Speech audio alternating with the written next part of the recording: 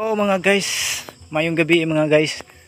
Arita diri dapitan no sa likod sa kiosk ko mga guys kay naa may tangke diri nga sige gas. No. Kalimtan siguro nigpawong mga guys, tanaw na to mga guys no. Ya mo yung dapita diri guys. Oh, grabe, sige agas mo din guys. Mo din nang sige kabasa dito sa ubos. Okay. Na day sige agas po diri So kusog kayo mga guys oh. Kang kuani, kang Chanito, ang konsihal Chanito Uano. So dia mga guys oh, kusog kayong agas mga guys. Muni ang ilang tangke. Sa kuan siguro ni siya nga tangke no.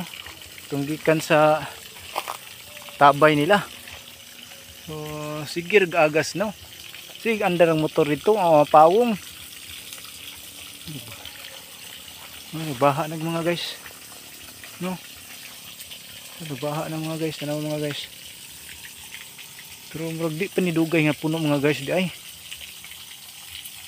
No? Awa mga guys. Pero mura og karaadlaw siguro ni sige ga agas. Tawas na puno mga guys oh.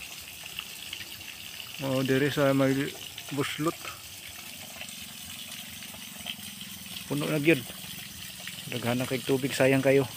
So ato ning pasabot ito nga sige nag-agas ilang kuandre tangke.